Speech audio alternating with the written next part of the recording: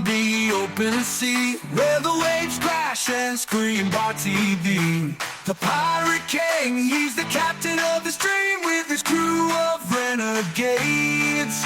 They plunder, they prevail. Barti's got the swagger, he's got the wind in his sail. He crafted the pirate code to bring order to the wild. No mercy for the weak, it's survival of the wild. Barti's gotta run so he's known to drink quickly. Raise your cups up high, let's toast to misery. Yo ho, a pirate's life for me. Barti the scoundrel, sailing wild and free. With every ship he takes, he leaves a legend in his wake.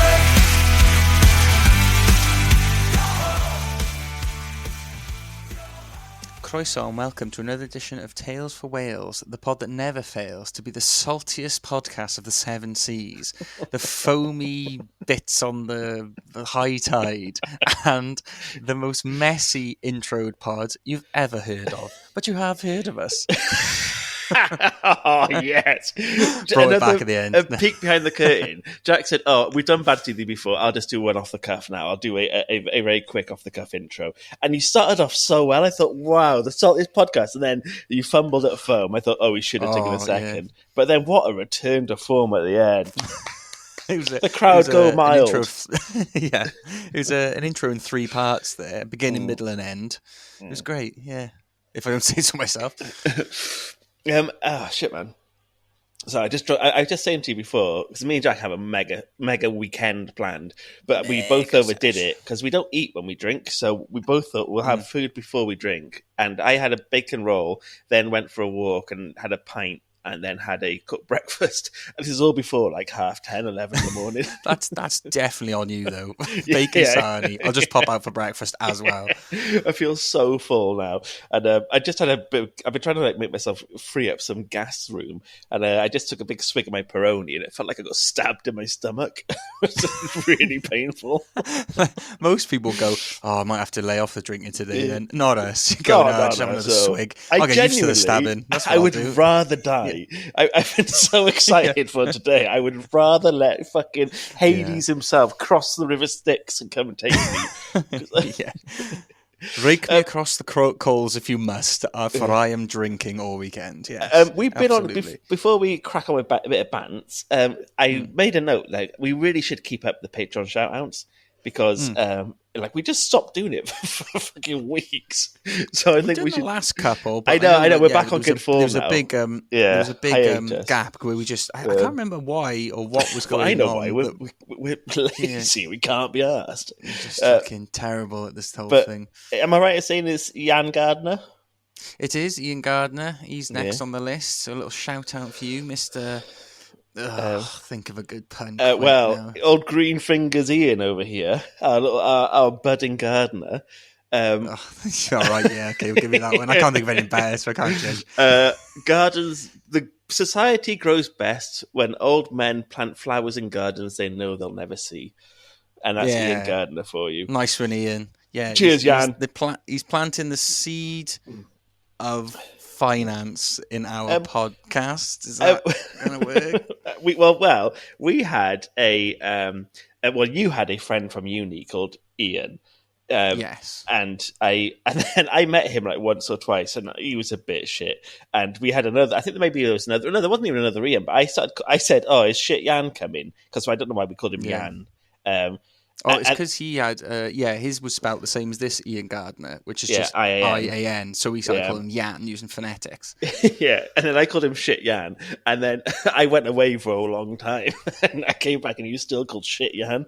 He was just that was a seed plant if I've ever seen one, actually. And it also, stuck just so quickly. And you're like, I quite liked him. Poisoned him, basically. Against, After that, everyone disliked him. Yeah. He was annoying, though. I hope Ian's not listening to the podcast, bless his little heart, but also don't do weird shit, innit? Yeah, shit. If you are listening, mate, just sorry.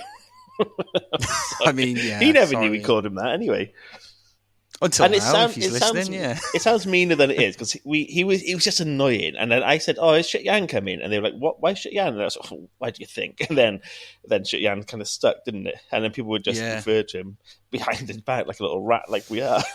Like the little rats I was that we are. just about to say he didn't know because we kept it behind his back because we're two-faced little bitches. This doesn't paint us in a terribly nice light, but but you get the rough and the smooth, and people like Jan Gardner. I tell you what, they bring Jan out Gardner. We promise we won't do that to you. Okay, Yeah, you have a solemn vow. We'll have shit Jan and good Jan, and Jan Gardner is the good Jan. Yeah, oh, good Jan. The opposite to shit. What's the opposite of shit? Good. Not great. Not class. My brain went to jizz. Opposite of shit comes out the other end. Yeah. Comes out the other end. I was thinking, what other things do you produce that's good? And I suppose jizz is good. I feel like Mr. Gardner will not appreciate Jizz Yan as a nickname. Well, I'm sorry. I don't think you don't get to pick your own. He's about to absolutely revoke his Patreon membership after this comes out. I do think Jizz Yan is a good nickname. I think you're not allowed to pick them, are you? So I know you can't pick them. Got to be picked for you. So cheers, Jizz Yan. I love that just me saying it to him as if he tried to pick it. No, you can't pick him, Yan. You can't pick him, come on, Jizz Yan. Jizz Yan, come on. We're excited. We're giddy for a day on it. You caught us on a great day, Jizz. You've done us good, mate. We got we're going for a whole actually, and you shouldn't be short to Jizzy. It has to be Jizz Yan because I think that's better. So sorry, yeah. So don't fuck about, all right? We take this shit very seriously. I also made a note to mention. So we're going. I'm going over Jack's for the weekend because his wife's away and the dog shall play. And we're going to have a boozy weekend with our mate joining as well. That makes it sound more like a throuple. But we're going to have like just beers galore. We're trying something new. Yeah, we said we love it when like our partners, when we get to have like a debauch, we kind of just boozing and watching films and being like teenagers again. Because like there's nothing less attractive than seeing me and you at like 8 a.m, crack a can and like start cooking. I'm cooking a breakfast for everyone. And, like, when the fucking crows start fucking calling and the sun's coming up, and we go, "Well, I have a rum of water," and they're like, "Stink." We've been farting all night, and should we chuck another episode of Night Fight on? Yeah, go on. And then I have like a panic attack at 11 a.m. Yeah, exactly. And then we wonder why can't we just do this when the girls are here? There's a reason for that. They'd leave us. Probably. You see the attraction leave their heart when they're like, "Oh, this is why I'm married." Well, if you can't take me at my worst, what I'm gonna do. Yeah. I'll let me at worst and zoom me at the best. I'm on the remainder of Bud Lights I had in my fridge, right? But I've got a veritable fridge full. I've planned everything, mate. I bought 18 cans of Carlin, right? Because I thought that'll do us for the whole 2 days. Yeah. And then I've got 10 Foster's Shandies, which we sampled when we went on our little trip away the other week. I hate Shandies. No. Oh, well, you're not one of the enlightened few, but I love them on a hangover because they're just like little pops, aren't they? So I was like, that'll be my little starter beer tomorrow. Then when we're there's something about like frothy stuff, I don't know, like when it feels like you're drinking something a bit like it's not thick like a pint. It's something a bit I don't know. It goes through me. Like I don't like mayo because it's too diluted. white. I don't like certain things that just go through my brain, and I go, I can't. I feel like when I'm drinking it, it feels like I'm drinking like like a foam, like when you touch it, when it just feels horrible or crunchy and crunchy. These aren't foamy boys, mate, because they're pre-mixed. Do you not have one when we went? I mean like foam, like in a bit in packaging. Right. Yeah. Sorry, I was thinking you. Of course. I thought you were saying like I was mixing them myself. The foam on the top of it, the beautiful, delicious foam. No, I just it's not for me. Keep it yourself, mate. And what else you got? I also got a bottle of rum even though I've got like 2 bottles of rum in the house. But I was like, you just can't be too careful. And it was Walker as well, so you might as well stock up. You can't be make too hay careful. while the sun shines and all that shit. Yeah. I also got, and this is just for me and you, if you want to bring nice Coke, you'll have to get it yourself because I've got my shit Coke. Yeah. And by that he means Pepsi, not we're not getting on the hard stuff. Yeah. Oh yeah, not not on the old fucking I marching got coke that's powder, been no. heavily stood on. I've got some really bad Yeah, coke. mine's at least 50% talc, but yeah. So if you I want got the a lot good of stuff, rat bring it poison in mine. But if you want to bring that Cremo Bosch. Yeah, you can share my rat poison shit, but if you want your own stash, you got to bring it. Oh, brilliant! Very good. We're in great spirits. I We're love in it. good form. We're happy. We're having a laugh. I was gonna. Should I crack on with my one then? Because it's. I was going to ask, relative- what are you drinking currently? Oh yeah. Well, I went to. Did you mention Peroni, the dizzy Yeah, I heights went- of the fancy Peroni? Well, because I'm still at mine, and I'm going to come to yours very shortly. I didn't want to get like a whole crate in and just leave them here, so I thought I'd get 3 tall boys of Peroni. Lovely. And like, you know me, I'm a salt with you of Cornico. I thought it would be turn a bit more station, but fuck, do I love a nice Peroni and a nice Asahi. That's as good as it gets for me.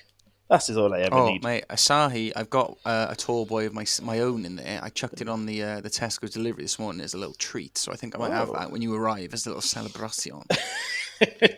I've arrived. Asahi, Jizyan, both sound like types of Asian beer. Jizyan. Oh, that bloody Jizyan. It was a delicious Jizyan, that is. Yeah. I heard a rumour. Now, this could be a vicious rumour. Is Asahi and Peroni the same thing? You know, like Madri and Carlin have been like exposed as being the same drink. Is it Madri? I thought it was Madri and Coors or something, wasn't it? I don't know which. No, I which think of the two Carlin, because you know what counterparts, I'm like. is it Carlin?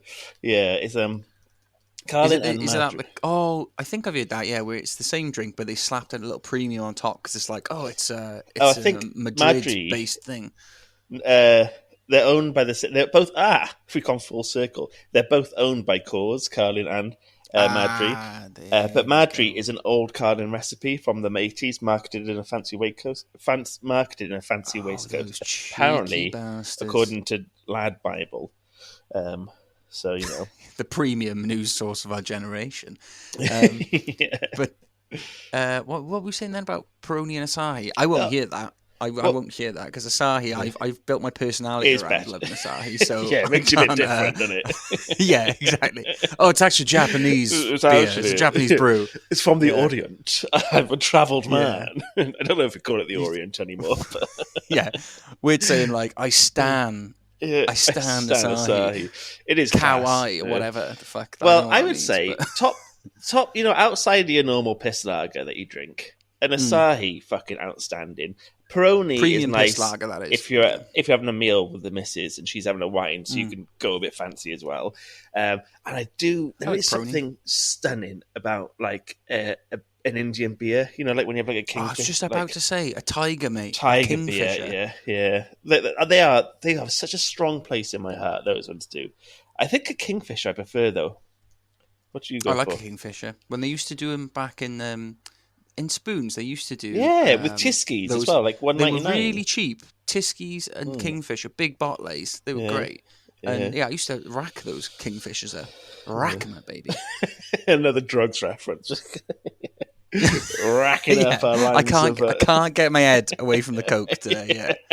Yeah. All right, then, shall we do a deep? Let's. How do I segue? Someone else used to like to rack up waves. That's nothing. That's Yeah, go absolutely on. nothing. Talking of Word salad. Yeah. talking of illicit trades such as drug trade, today we're going to Nice. focus on one of the finest pirates to ever sail the seven seas. I'm just Very getting good. notes up. So yeah, we've covered Barti a bit on this podcast. He was one of our early episodes, and I think we've done a It follow-up was to one of him our as well, first maybe? loves.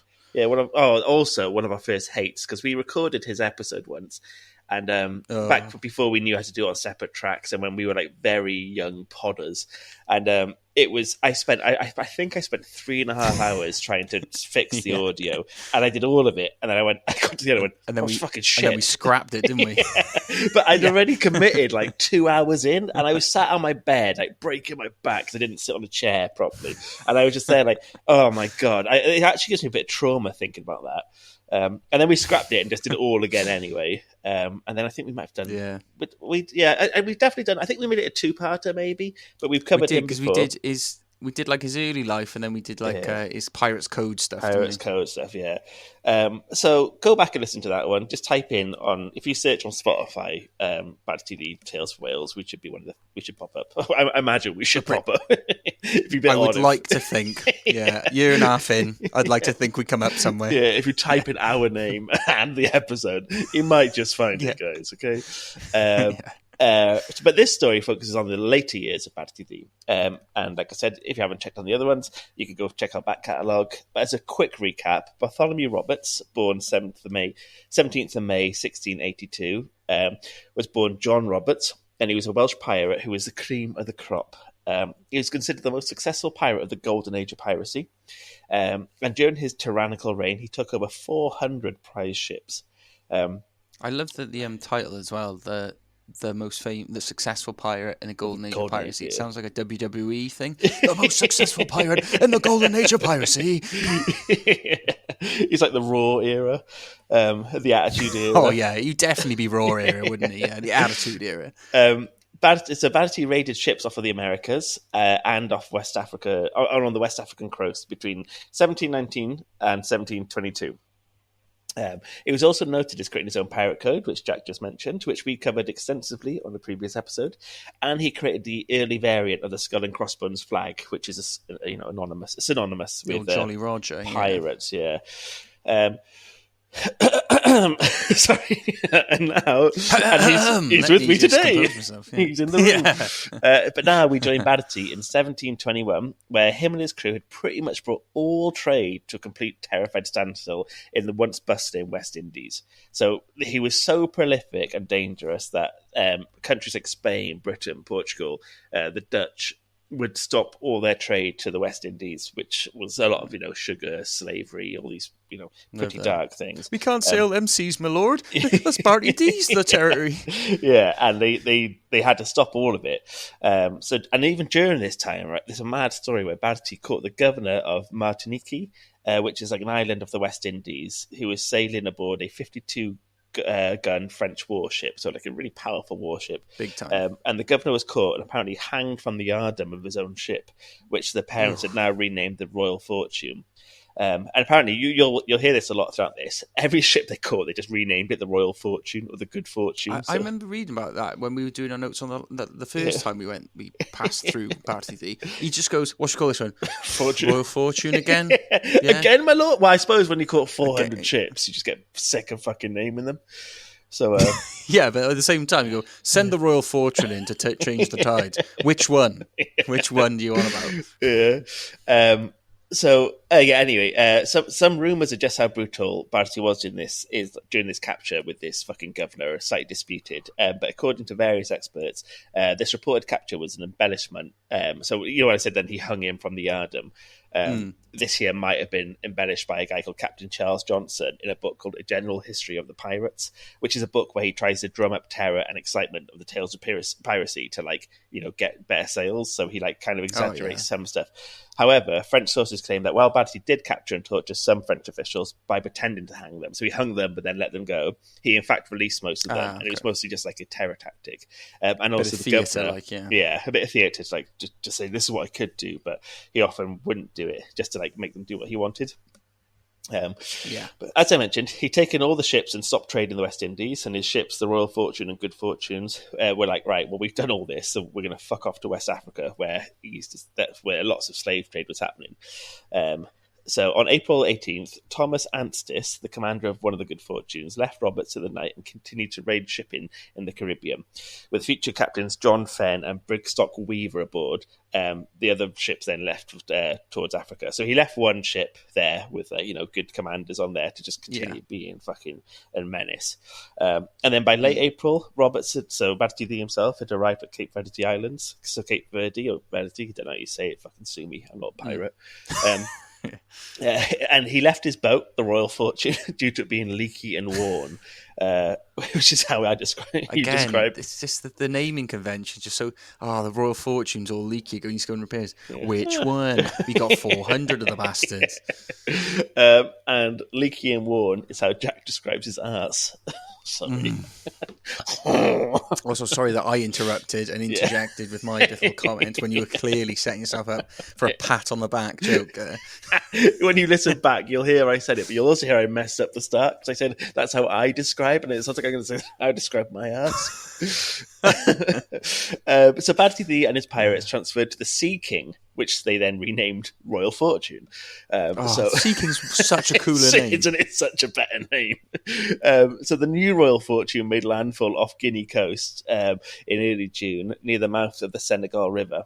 Two French ships, one with 10 guns and one with 16 guns, unknown who they were about to confront, gave chase to dear old murderous Barti. So he, in classic form, outguessed, outwitted, and outmaneuvered them and captured both of their ships. We kind of dragged them away off to the shores and then took both their ships. One of the ships... That's such a thing in a film, a cut to, isn't it? After him, cut to them being tied up. Being these are our ships now. Oh, this happened. Yeah. One of the ships, the Commandant de Toulouse, was renamed Ranger, so we have a new one. And then another one, the other ship, was renamed Little Ranger and was used as a store ship. Sorry, got hiccups. Ranger and Little Ranger. I could, after 400 plus Royal Fortunes, Ranger and Little Ranger, I'm all right with them. Yeah. Now the crew headed for Sierra Leone, and they arrived on 12th of June, where he was told by retired pirate John Old Crackers Leadstone, which is such a good name. Old Crackers! Listen, Old Crackers again, have you? Old Crackers ain't got a clue what's going on here, my lord. So Old Crackers Leadstone, at your service. So Old Crackers had told him that there's two British Royal Navy ships, HMS Swallow and HMS Weymouth, had left at the end of April, planned to return before HMS Christmas. HMS Swallow and HMS Spit, yeah. Oh, very good. So Old Cracker said, listen, they're gone. They're gone for Christmas. So, he was able to act with less fear of a larger sea battle at the start of this reign of terror of Africa. And he kind of was hoping for that. He was kind of ready, right, I know when they're going to be coming and going and when they need to get home and stuff like that. So he gave quite a good guess that by the time he got there, most of the British ships around the area would probably have to go home and restock and avoid the bad weather of coming back. So this meant he was able to act with pretty much impunity. And on 8th of August, he captured two large ships at Point Sestos, which is now the River Cest in Liberia. One of those was a frigate Onslow, which just reminds me of keeping up appearances, because at uni I used to wear a vest when I was slobbing about, and my mate said I looked like Onslow from keeping up appearances.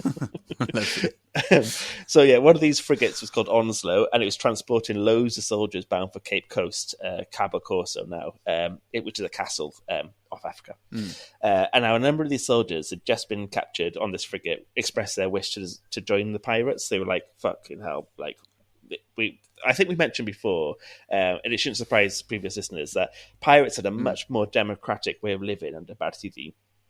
And people were paid a far better wage than they were if they were Navy or soldiers. Yeah. They had input, and they got to vote on actions, and they picked their leaders, and they had say of what was going on. And they worked it out in a fair way, so people made a decent wage. And even though the captain, and the captain and the sort of higher up as navigators and all that, they had technically more of a vote than say, someone who's a bloody pot wash or something like that, or someone who's just scrubbing the decks. But they could, in theory, be outvoted because if enough of the crew said they didn't want to, participate in a battle or go after some whatever objective that the captain had said, they would actually follow along with it. So it was it's surprising you think of them as sort of cutthroats, don't you? Well, they were, I suppose, but a bit more civilized than you think. And life expectancy for a sailor during this time, not a pirate, but a sailor for the British Navy, was fucking sometimes a year. It was really, really, really short. I think it was something 13 months was the average life expectancy for someone at sea during this time. And it was a hard slog, wasn't it, for fuck all pay as well. Yeah. And Barti himself started life off being captured by pirates and decided it was a better life than serving. He was on a slave ship called the Princess, and when he was a young lad, so he made the career change to becoming a pirate, for it was a pirate's life for he. And it's worth remembering that his original ship he was working on, he was captured by another infamous Welsh pirate, Captain Howell Davis.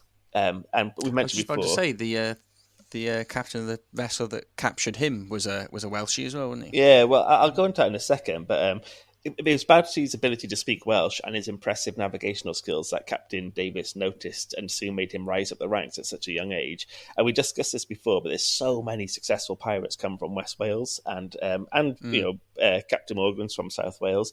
But if you want to learn more about that, we do like a couple of pirate episodes. So just type in Tales of Wales pirates, and you'll go find them. Or we'll put a link in the description, maybe. But back to the story. So most of the soldiers were eventually accepted to the crew. So that just makes this crew bigger and bigger and stronger. However, they received a quarter of the pirates' pay this time because they weren't sailors most of their life. Most of them these were soldiers being transported, so they didn't have the same skill. So right. So they probably didn't have they wouldn't know how to keep the ship running and everything. Yeah. No. And Onslow, the ship where these soldiers were captured from, was converted to become another Royal Fortune. So this is the fourth Royal Fortune in his current ensemble of boats he currently had. So he had 4 Royal Fortunes traveling at the same time here.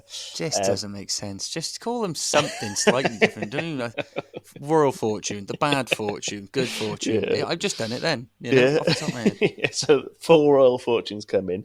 Anyway, now we get to November, December. The pirates careened their ships, which is like when you kind of hoist them down for a while, and they relaxed off Cape Lopez and on the island of Annobon. And they were just chilling during the off season. So like even pirates have a little downtime. The off season. I love that. The old pirates go, "You going back next year?" I'll be back. We'll go back. Yeah, every year, mate. You know me. So they were chilling. They had like just like you can just picture them with all their loot, all their winnings, spending all their money. Think of all the rum. Think of the rum. Well, I actually I'll discuss that in a second. But yeah, so they just got like merrily on it for a couple of months in the sun of the African heat. However, come January 1722, they were back to the same old ways and began capturing more ships. So they captured a whole slew of ships before heading on to the Quidawa Harbour. Quidawa Harbour is a city in southern Benin in West Africa.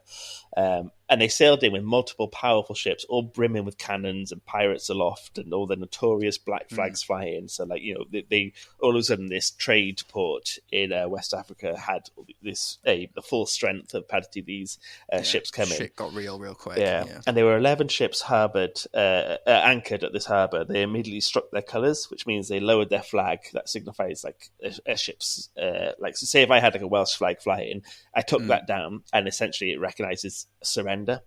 So all these ships immediately surrendered, but Barti had enough ships at this stage that he decided to like restore them back to their owners for a ransom. So he was like, if you give me £8 of gold dust per ship, you can have your ship back. Because he just had too many and not enough crew to manage that many ships. It turns out you can have one too many Royal Fortunes, so he just went, right, you can have these ones back. Well, this is all fine and dandy, except one of the masters of one of the ships refused these terms. So Barti and his crew climbed aboard the ship and set her on fire. And now this is a bleak aspect of the story and a good reminder why we shouldn't romanticize our Welsh pirates too much, because I think we mentioned on the last episode, sometimes because they're Welsh, we're like, oh, they're just, salt of the mill. What a cad. But sadly, it's fucking so bleak. He set this ship on fire that was full of slaves, and there was the port that I mentioned, Quida, or I'm not sure how you pronounce it, I'm sorry. It was an infamous slave port, and today there's a giant bronze memorial arch called the Door of No Return, which depicts slaves being taken from Africa ready for the Americas. And it's thought, millions of people went through these this beach and were never seen again. So this one ship that refused to pay was set on fire, and sadly around 80 slaves who were all from Africa died.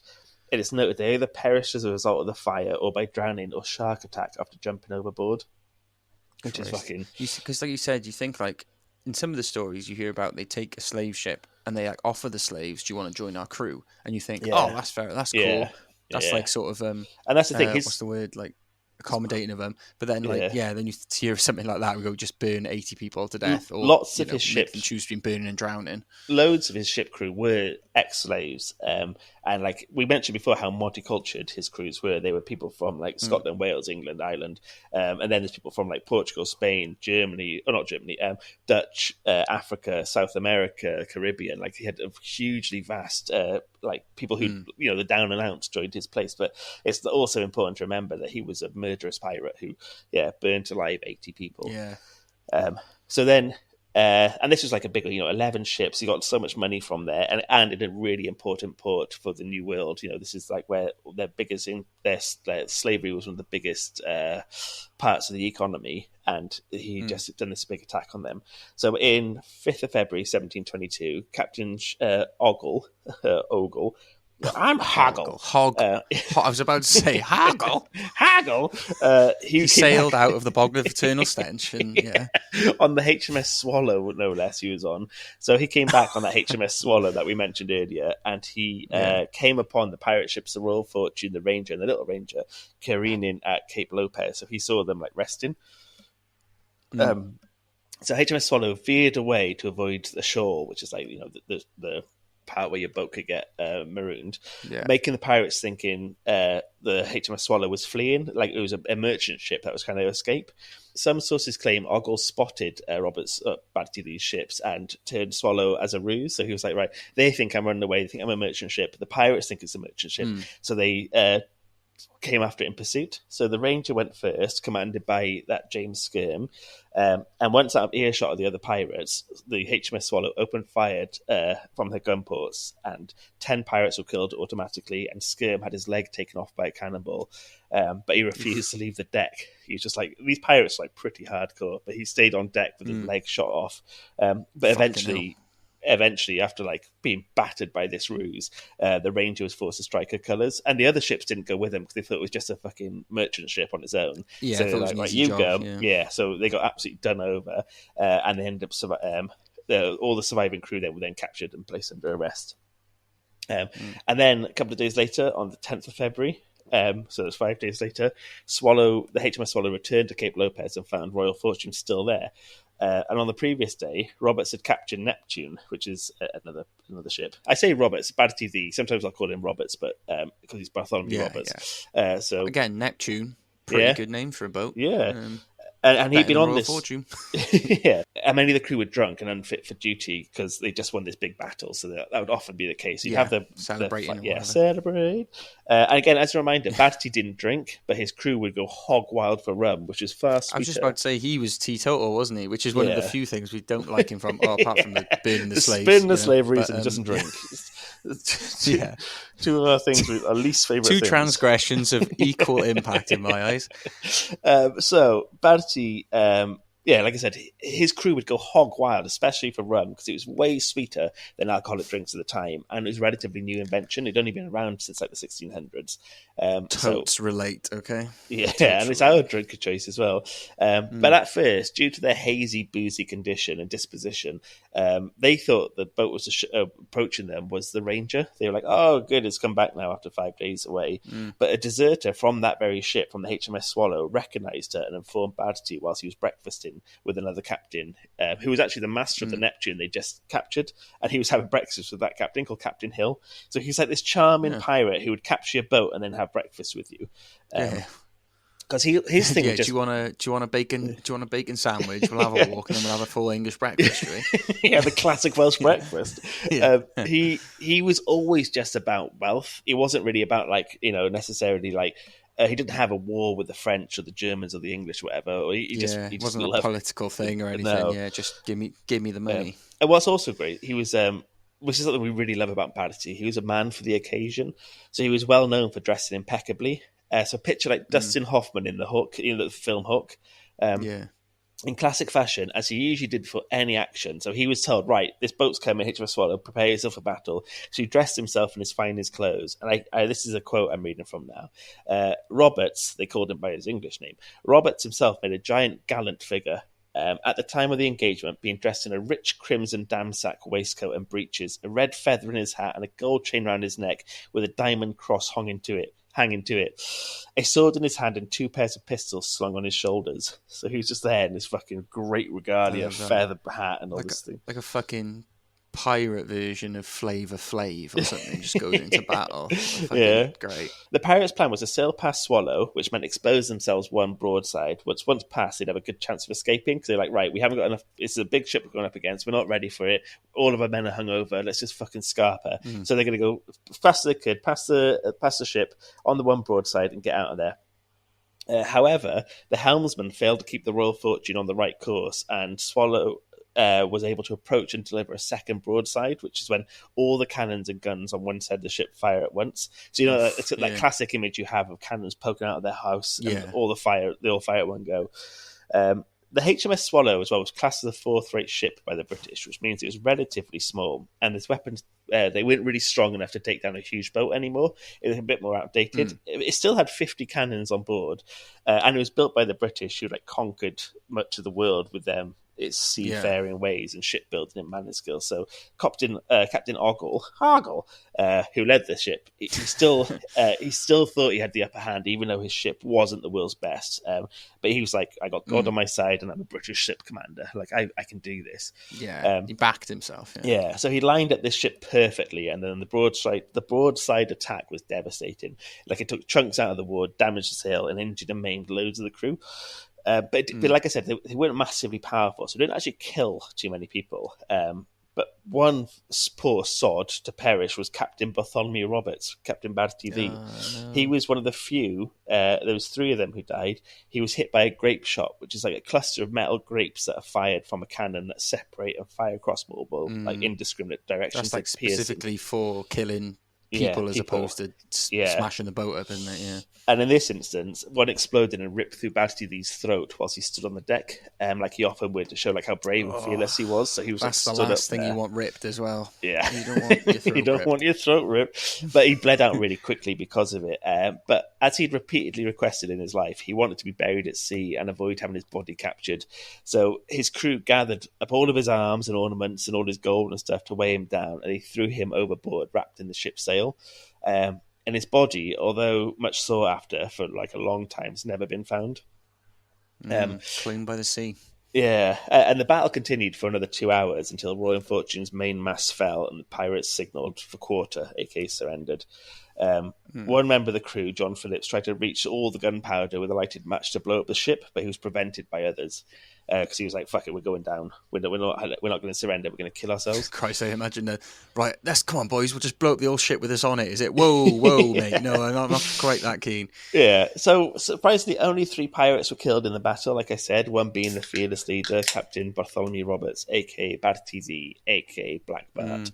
And a total of 272 pirates serving under him had been captured during the battle. Of those, 65 were former African slaves that Roberts had emancipated, and they were sold. But then they were sadly sold back into slavery post being captured. Sucks. The remainder were taken to Cape Coast Castle.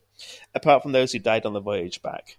So when they got there, 54 were condemned to death, of whom 52 were hanged and 2 were reprieved. Another 20 were allowed to sign indentures with the Royal African Company.